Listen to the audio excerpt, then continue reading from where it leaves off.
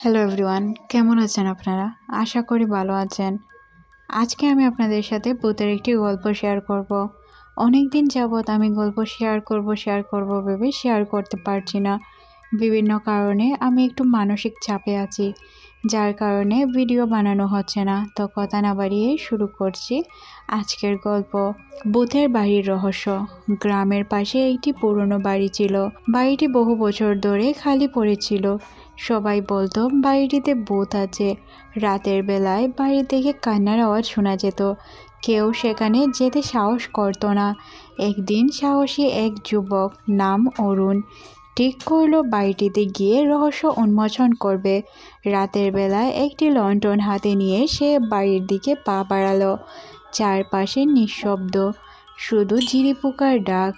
বাড়ির ভিতরে ঢুকে সে দেখতে পেল সব কিছু ধুলোয় ঢাকা।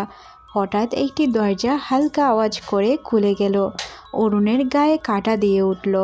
লণ্ঠনের আলো ফেলতেই দেখতে পেল একটি ছায়া মূর্তি। অরুণ সাহস হারালো না। মূর্তির দিকে এগিয়ে গিয়ে বলল, কে তুমি? মূর্তিটি ধীরে ধীরে স্পষ্ট হয়ে উঠল। এটি আসলে একটি বিদ্যার আত্মা ছিল, যিনি সেই বাড়ির মালিক ছিলেন। বিদ্যা তরুণকে জানালো তিনি মারা গেছেন বহু বছর আগে, কিন্তু তার মনে শান্তি আসেনি, কারণ তার সন্দুক থেকে কিছু গুপ্তধন চুরি হয়েছিল। অরুণ বিদ্যার কথা শুনে গুপ্তধন খুঁজতে লাগলো।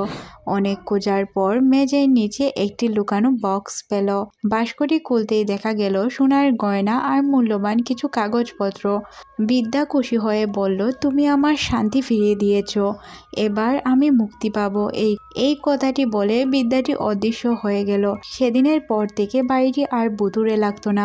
অরুণ গ্রামের মানুষদের গল্পটি শোনালো এবং সবাই বুঝতে পারলো সাহস দিয়ে সবকিছুই শেষ করা যায়।